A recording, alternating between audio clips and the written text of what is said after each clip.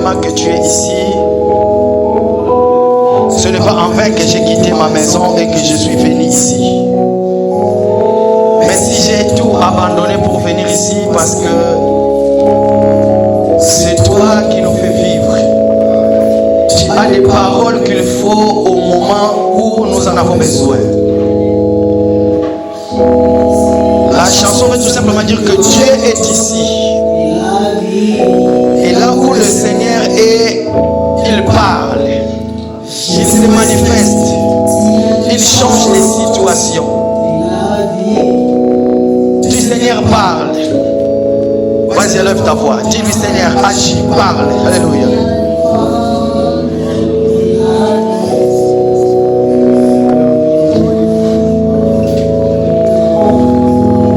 Oh Jésus.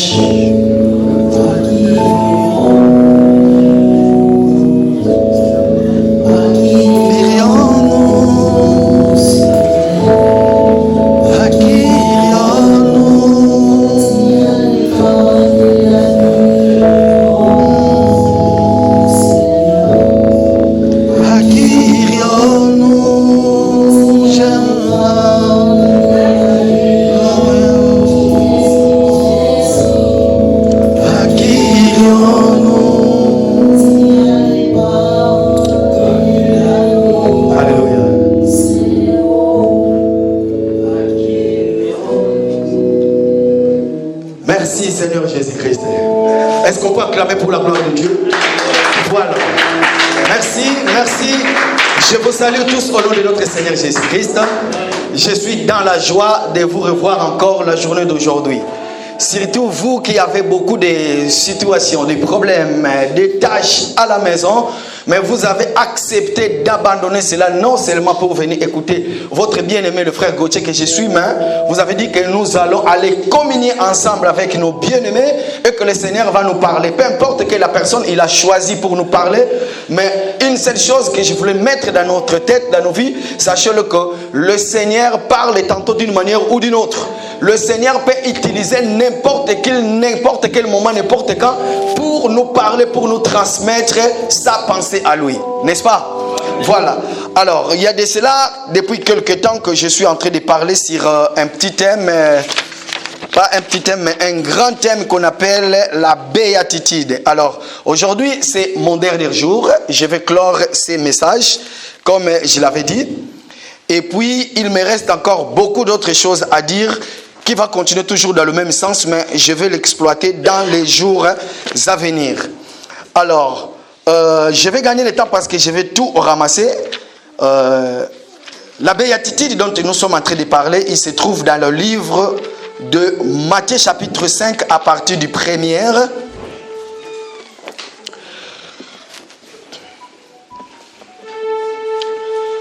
Matthieu chapitre 5 à partir du 1er verset.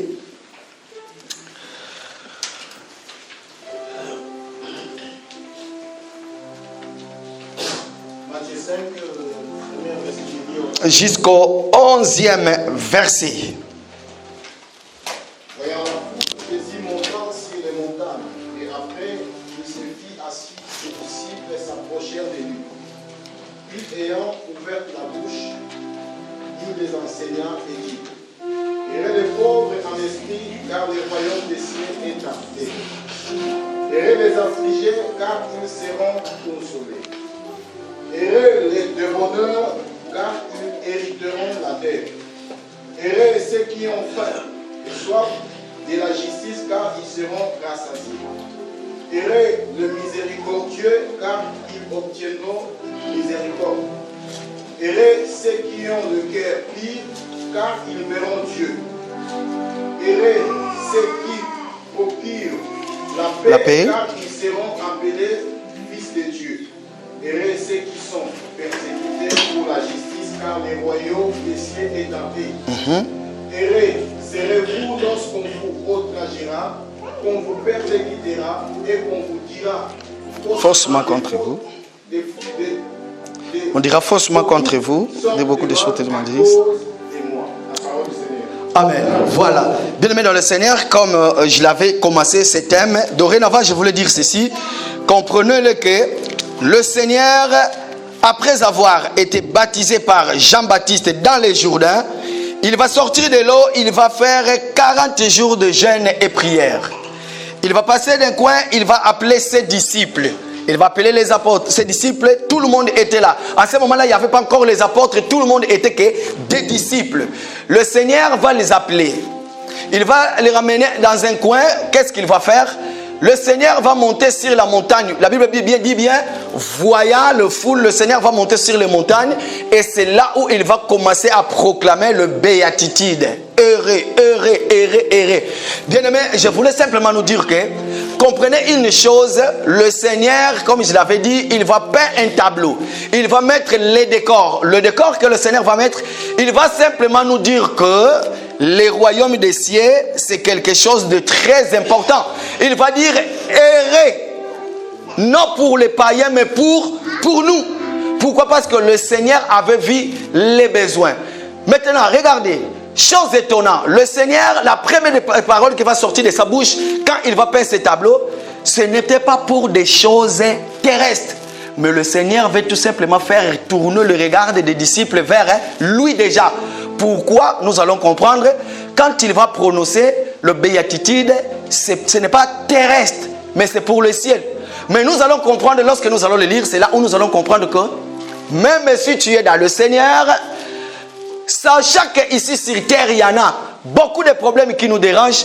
Mais moi, le Seigneur, c'est pas moi, mais je parle du Seigneur. Le Seigneur va dire heureux, mais tu seras persécuté. Mais tu es heureux. Donc, j'avais dit que les choses de Dieu, ce n'est pas les choses terrestres. Parce que lui-même, il dit que son royaume n'est pas de ce monde. Il dit que vous êtes dans le monde, mais vous n'êtes pas de ce monde. Pourquoi? Parce que vous avez quelque part où nous sommes en train de préparer, vous et moi, nous y serons. Maintenant, regardez une chose. Chose étonnante, tout au début du message de la Bible, alors Moïse va recevoir le Pentateuque. Moïse va commencer à le transmettre. Je suis dans le livre de Genèse, chapitre 1, verset 1. Écoutez ce qu'il dit. Il va parler. La Bible dit, au commencement, Dieu créa le ciel et la terre. Nous sommes d'accord? Au commencement, Dieu créa le ciel et la terre. Oui, le Seigneur pouvait renverser les choses. Il pouvait dire, au commencement, où Moïse qui est en train de raconter, il pouvait renverser les choses en disant, au commencement, Dieu créa la terre et puis le ciel. Mais il n'a pas renversé, il a suivi l'ordre. Tellement que Dieu est esprit, c'est Dieu qui a créé toutes les choses. En créant le ciel et la terre, le Seigneur fera de nous sa demeure. Mais sachez-le qu'une chose, nous savons qu'il habite dans le ciel. Alors, lorsque le Seigneur Jésus, maintenant, va venir, regardez, le Seigneur Jésus va nous le confirmer. Il va confirmer ce verset de la Bible, c'est lui qui va l'expliquer. Je suis dans le livre de Matthieu, s'il vous plaît, Matthieu chapitre 6, frère Guigui, verset 33.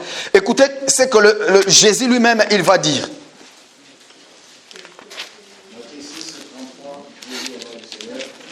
cherchez premièrement le royaume et la justice de Dieu, et toutes les choses qui seront données par-dessus. De l'autre côté, sachez-le que dans cet évangile de Christ, nous disons que Moïse, c'est le type du Christ. Moïse, c'est le type du Christ. La Bible dit que dans le livre de 1 Pierre, que tous les apôtres qui étaient venus, c'était l'esprit de Christ qui était en eux. Nous comprenons que tous les apôtres de l'ancienne alliance répétaient toujours le Seigneur Jésus, parce que l'esprit de Christ était en eux. C'était le Seigneur lui-même, première ère. Mais qu'est-ce qu'il va faire? Il va utiliser des gens que lui-même, il va conduire. Moïse va prendre la parole, il va dire, au commencement, Dieu créa le ciel. Parce que lorsque nous lisons le Genèse, nous savons que c'est le Pentateuque, c'est Moïse qui raconte. Moïse va dire, au commencement, Dieu créa le ciel et la terre. Et lorsque le Seigneur va venir, Jésus, il va prendre la parole. Lui-même, il va dire que cherchez premièrement les royaumes des cieux. Amen.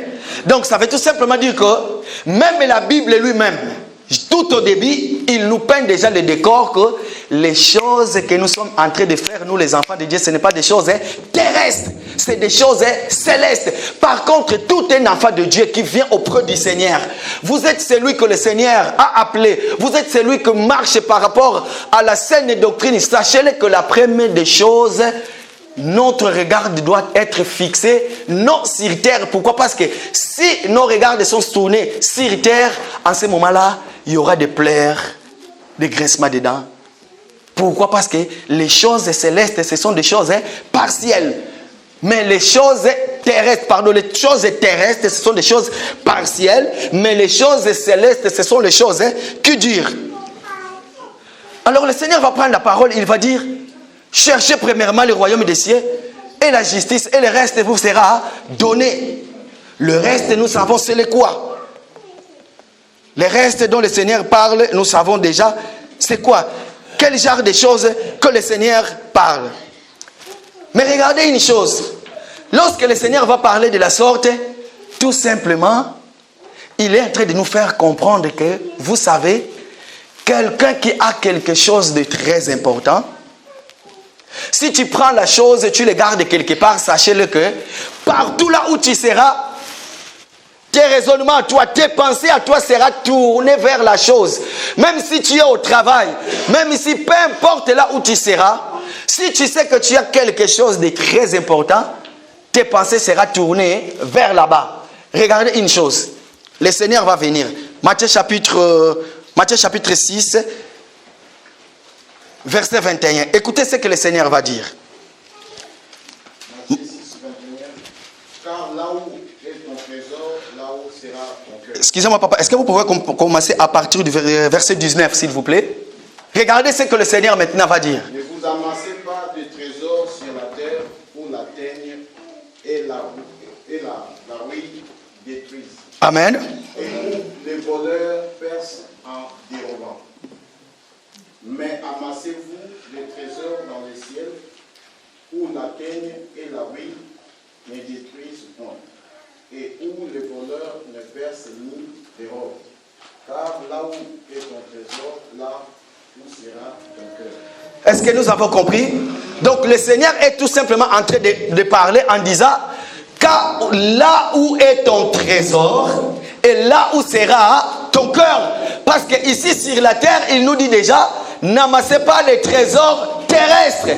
Là où il y a les vols, il y a les cambrioles, il y a beaucoup de choses. Parce que si tu amasses les choses terrestres, sachez-le qu'un jour, l'homme le plus fort que toi, l'homme terrestre le plus fort que toi, peut passer pour te le réclamer. En ce moment-là, tu seras dans la tristesse. Le diable qui rôde tout autour de toi, lorsqu'il voit que ton cœur à toi est vraiment attaché dans ces choses-là, c'est en ce moment-là le Seigneur lui-même, c'est à ce moment-là, vous allez voir que le diable va se lever. Il va chercher à détruire ton corps. Il va chercher à te détruire toi. Pourquoi? Parce que toi, ton regard, par contre, au lieu de tourner d'abord le regard vers le ciel, mais toi, tu tournes d'abord le regard vers la terre, et le ciel, tu le mets en seconde position. Or que toutes les personnes qui mettent le ciel en seconde position, sachez-le que même aujourd'hui, physiquement, tu peux voir que tu es en train de persévérer, tu peux voir que tout ce que tu en as, tout ce que tu fais marche, mais sache-le très bien, un moment, que ce soit dans ton mariage, dans ton travail, dans tout ce que tu fais, un moment tu connaîtras de l'échec. Pourquoi? Parce que pour toi, tu verras comme si que je suis quelqu'un qui est très bien. Mais le Seigneur nous dit que là où est ton trésor, c'est là où sera ton corps. C'est là où sera toutes tes pensées.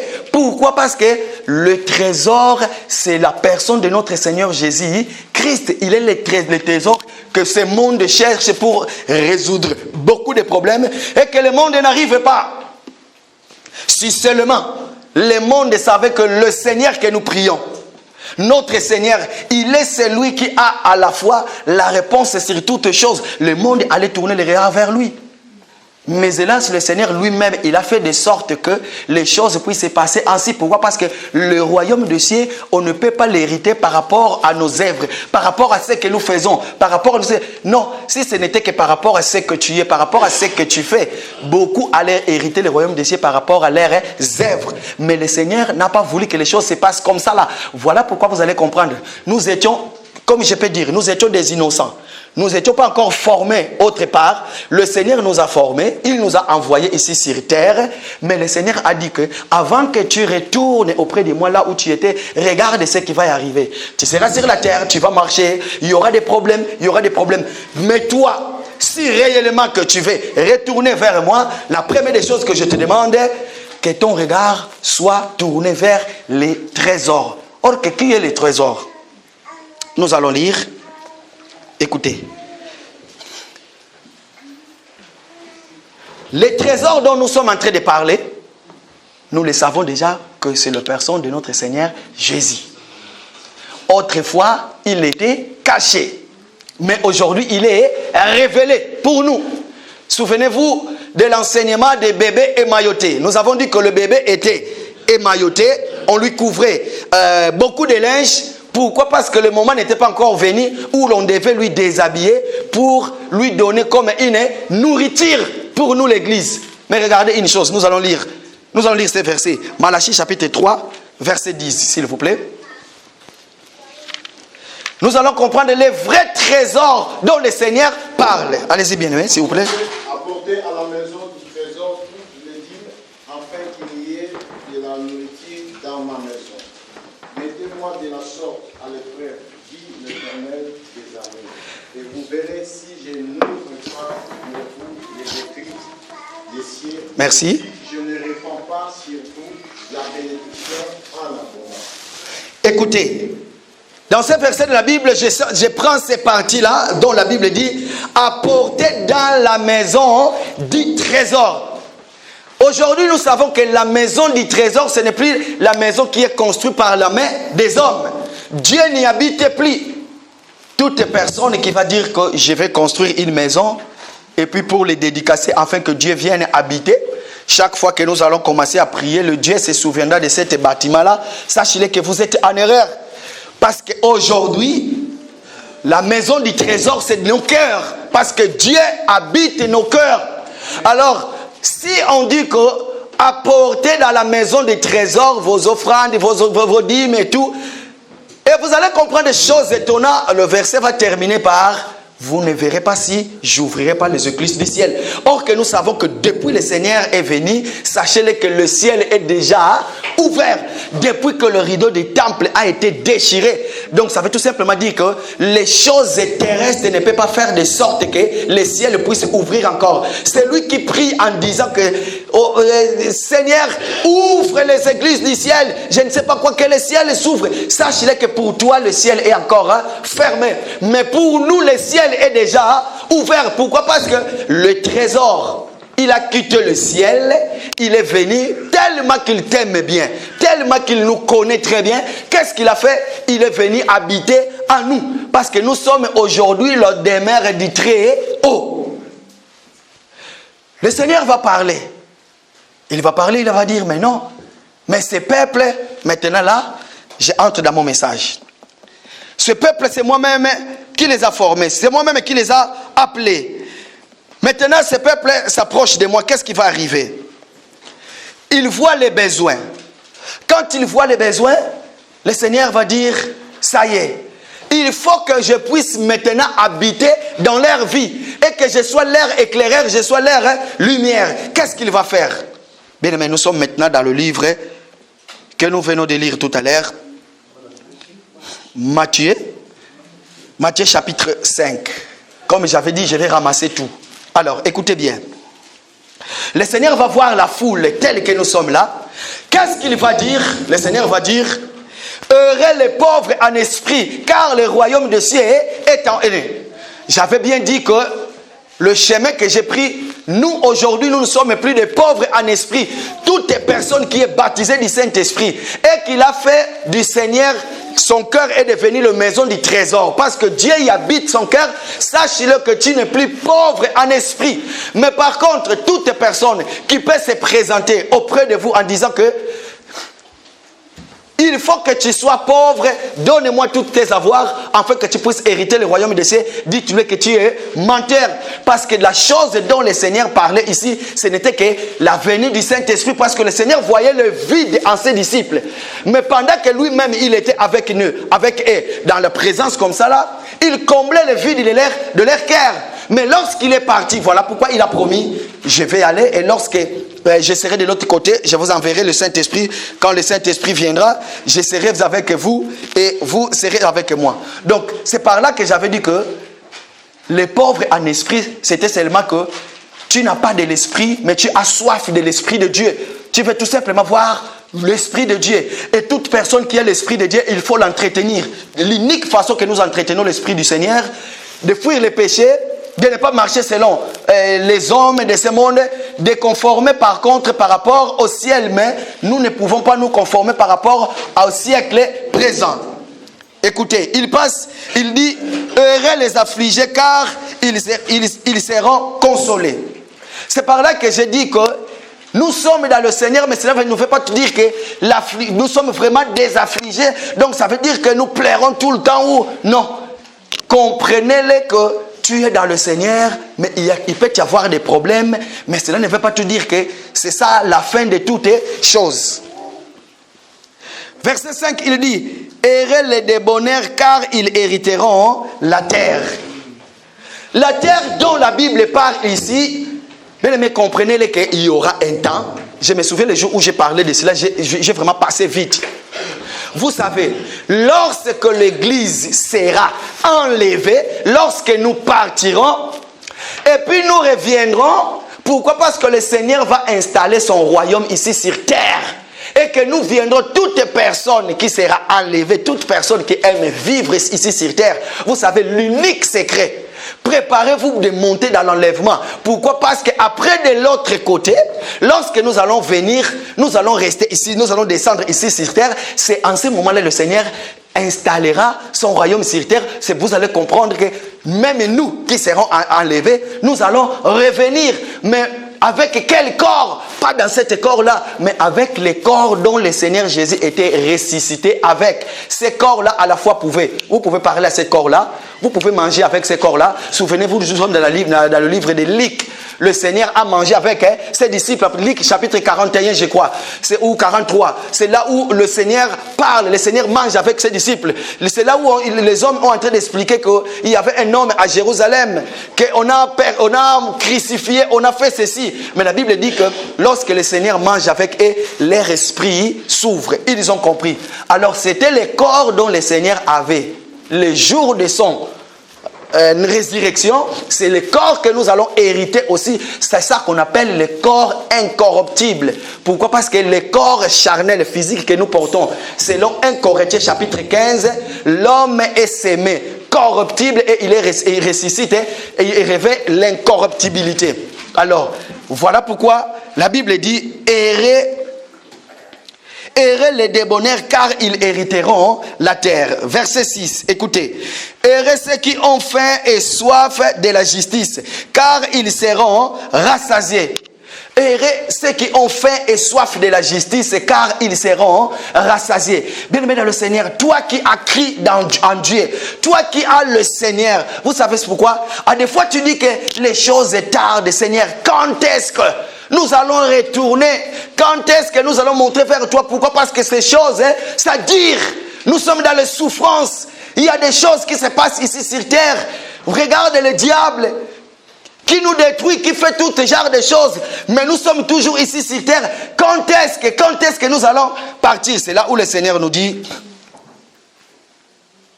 heureux ceux qui ont soif et faim. Vous savez, la faim dont la Bible nous parle d'ici, ce n'est pas la faim de tout ce que nous mangeons dans la maison.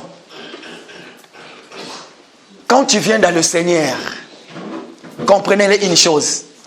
Quand tu écoutes la parole, quand le Seigneur lui-même, il vient, il te parle, la première des choses, Cette parole-là qui entre à toi te donne toujours l'envie d'écouter.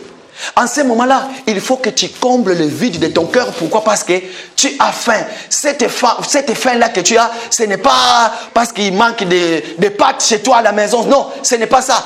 Mais nous, les enfants de Dieu, vous savez, nous qui écoutons la parole, nous avons toujours faim d'écouter l'évangile. L'évangile, vraiment, l'évangile dont nous disons qu'on prend l'agneau, avant de sacrifier cet agneau-là, on contrôle, l'agneau n'a pas de défaut.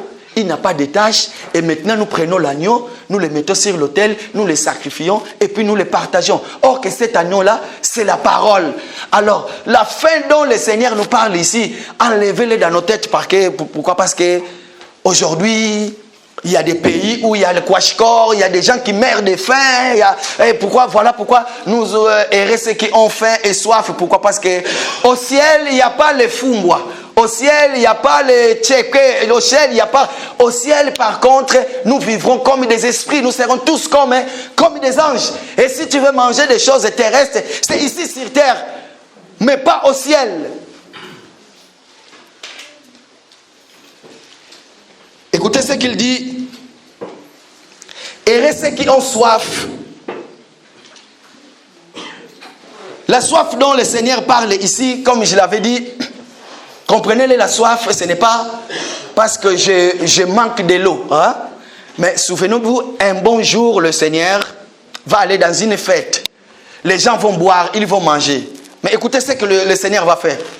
Il vient en retard. Il regarde, après il dit, c'est lui qui a soif, qu'il vienne faire quoi? Qu'il vienne boire.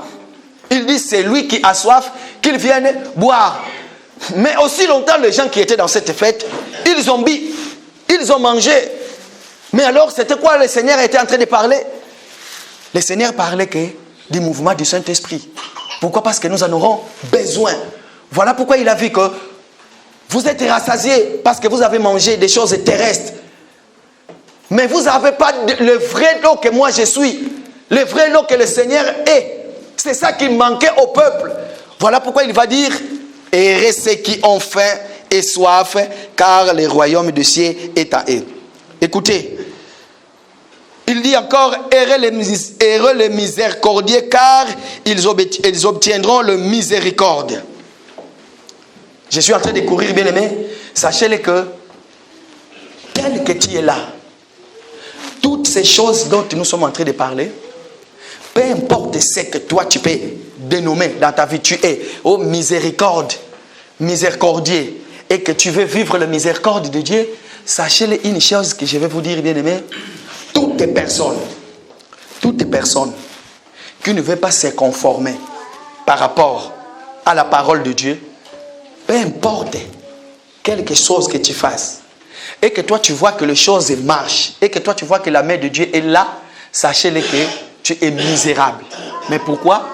Quand tu tournes le regard vers Dieu, comme nous sommes en train de le dire, c'est par là que nous allons comprendre que tu n'es plus miséricorde. Regarde, il dit encore, heureux ceux qui ont le cœur pur, car ils verront Dieu.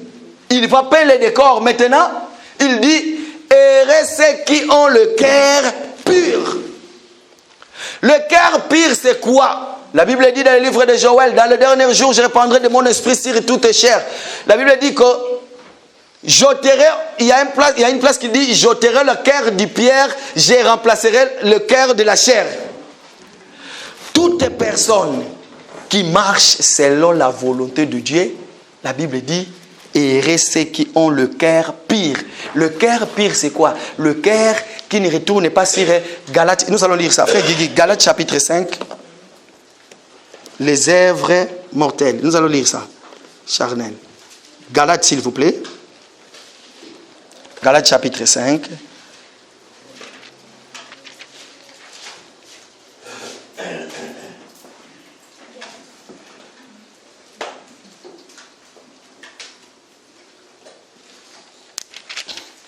Allez-y. Or, les œuvres de l'esprit, à partir du verset 19, s'il vous plaît. Ou commencez à partir du verset 16. Oui, oui. Je dis donc, marchez selon l'esprit et vous n'accomplirez pas le désir de la chair. Car la chair a des désirs au contraire à ceux de l'esprit. de l'esprit en est le contraire à ceux de la chair. Ils sont opposés entre eux, afin que vous ne fassiez point ce que vous dites. Si vous êtes conduits par l'esprit, vous n'êtes point sous la loi. Or, les œuvres de la chair sont manifestes. Ce sont l'impudicité, l'impureté. Écoutez, allez-y. La dissolution, l'idolâtrie, la magie, les inimitiés, les querelles, les jalousies, les animosités, les disputes, les divisions, les sectes, l'envie, les vionneries, l'excès des tables et les choses semblables, je vous dis d'avance, comme je l'ai déjà dit, que ceux qui commettent de telles choses n'hériteront point du royaume de Dieu. Amen. Voilà. Toute personne qui pratique ce que nous venons de lire, sache-le que tu n'as pas un cœur pur. Mais par contre, ici, on nous dit que heureux ceux qui ont le cœur pur, car ils verront Dieu. Maintenant, toi, avec tout ce qu'on vient de lire ici, comment tu verras Dieu? Essaie de retourner sur toi-même, essaie de réfléchir. Par rapport à ce que nous venons de lire, toi, tu te situes où? Toi, tu te situes où?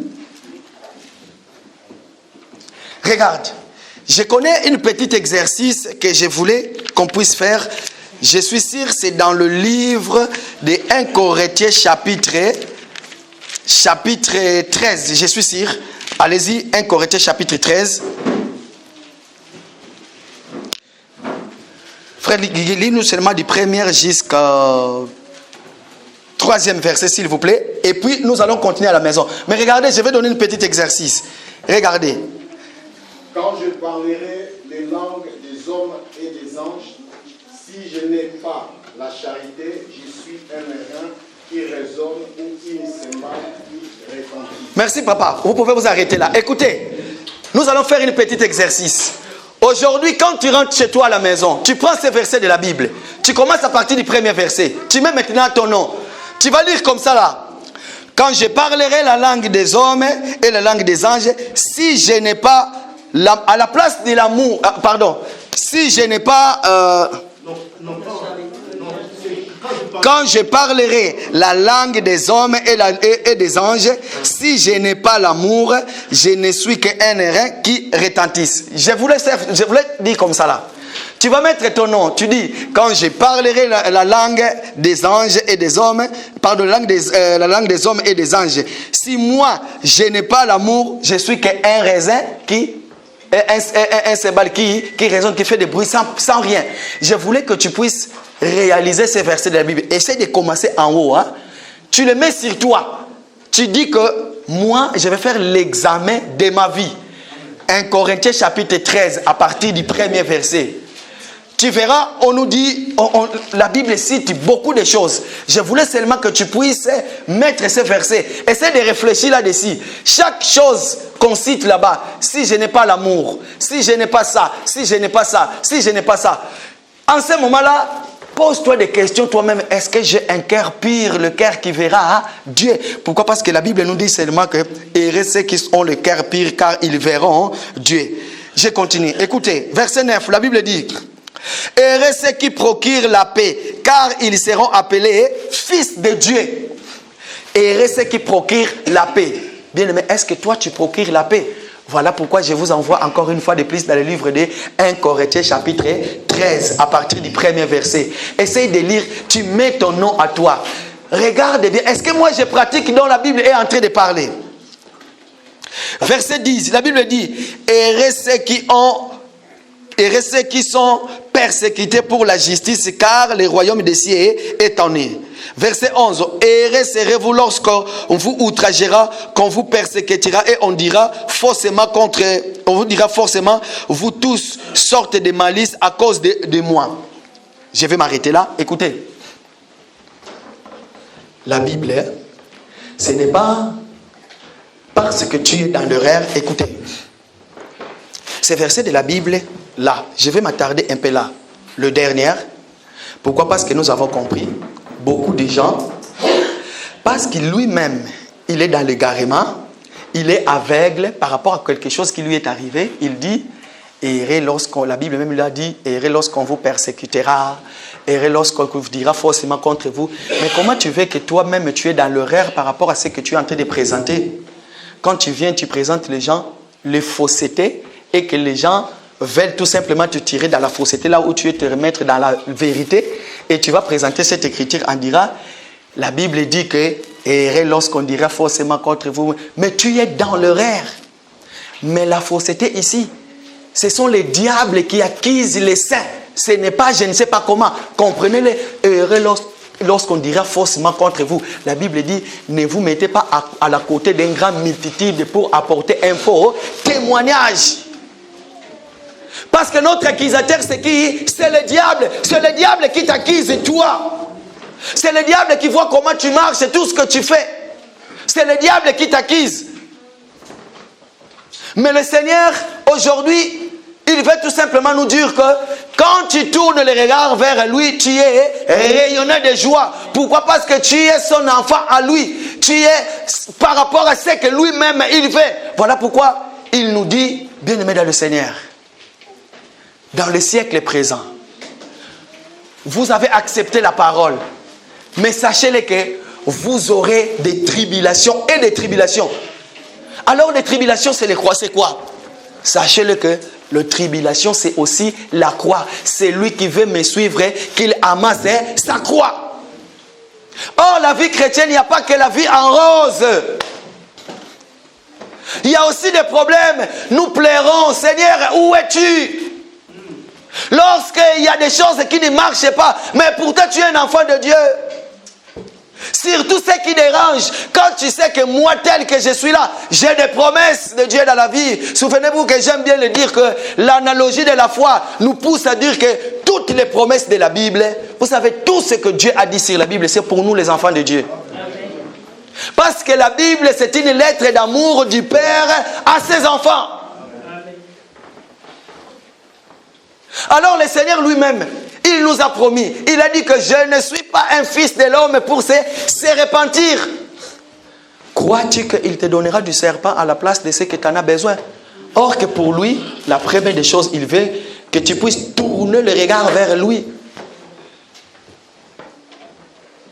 La Bible elle-même dit, au commencement, Dieu créa le ciel. Cherchez premièrement le royaume du ciel et sa justice. Pourquoi? Parce que nous savons que nous sommes des passagers qui dans ce monde peuvent rester éternellement, que tu ne mourras pas.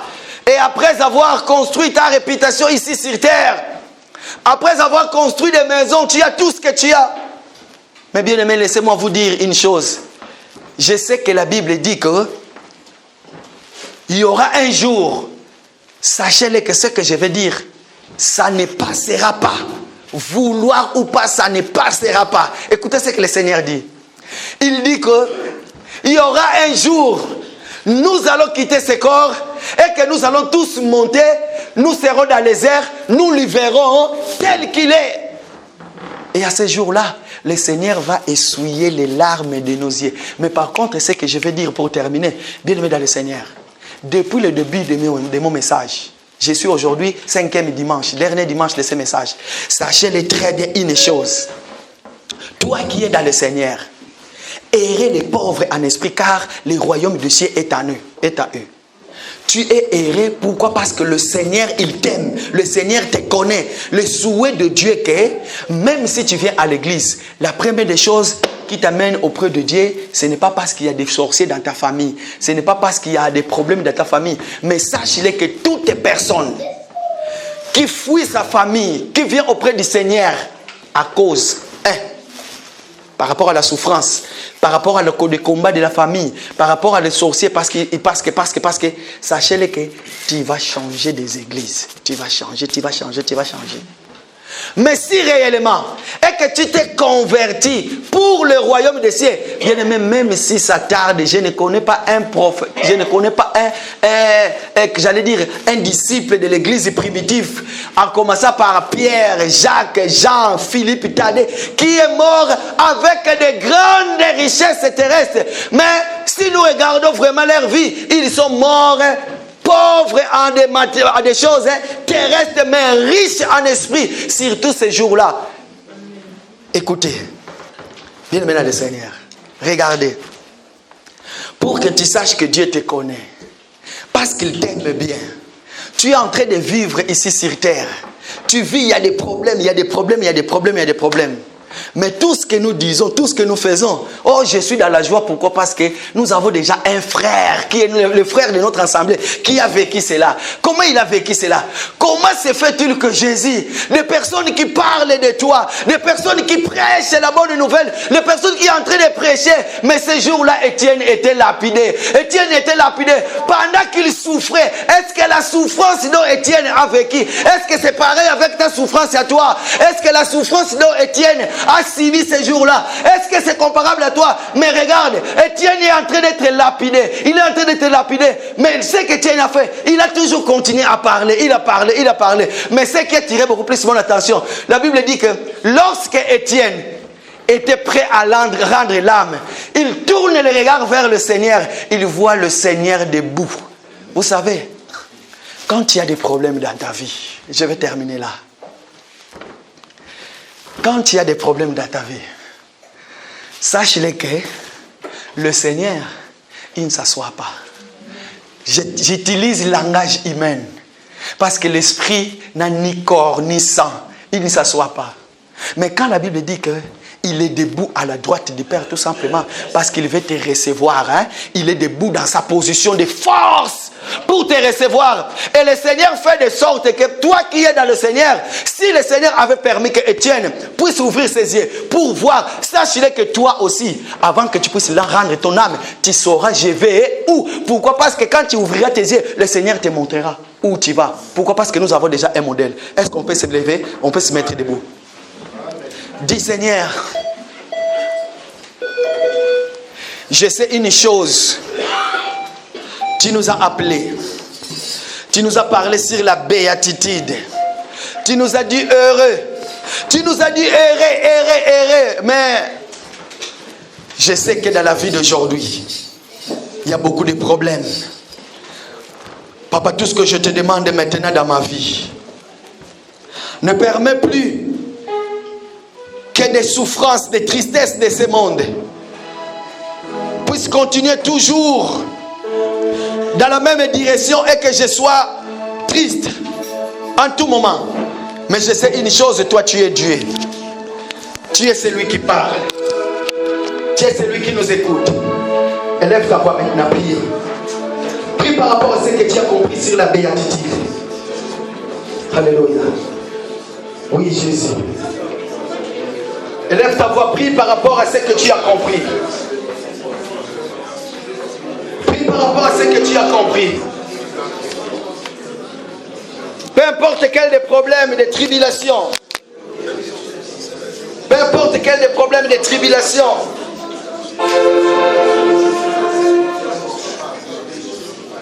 Le Seigneur nous dit que nous sommes heureux. Alléluia. Oh Jésus. Élève ta voix, dis Seigneur, par rapport à tous les problèmes qui me dérangent dans ma vie, est-ce que ces problèmes-là peuvent me séparer de toi? Élève ta voix maintenant. Élève ta voix. Dis Seigneur, que cela ne me sépare pas de toi. Je vais toujours rester attaché à toi parce que tu es notre Dieu. Alléluia. Oh Jésus. Alléluia. Dis oui. Dis-lui Seigneur, oui, les béatitudes c'est aussi pour moi. Élève ta voix. Dis-lui les béatitudes c'est aussi pour moi. Le serment sur la montagne, là où tu as répété plus de 9 fois. Heureux, heureux, heureux, heureux. Alléluia. Merci Seigneur Jésus-Christ. Merci Papa. C'est ta parole qui nous confie. Alléluia. Oh Jésus. Alléluia. Que les grosses de la terre viennent de lui qui est le Seigneur par excellence, mon Dieu. Merci pour Nous sommes calmes, l'assemblée. Nous sommes calmes.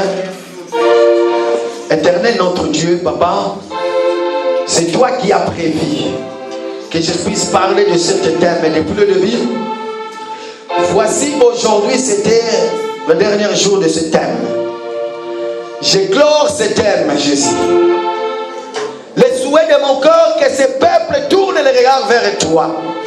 Le souhait de mon cœur que tout ce genre de messages, peu importe qui a écouté cela, que ce soit dans les réseaux sociaux ou autres, que ce message crée quelque chose de très important dans leur vie. Que l'ennemi ne puisse pas venir voler ces messages.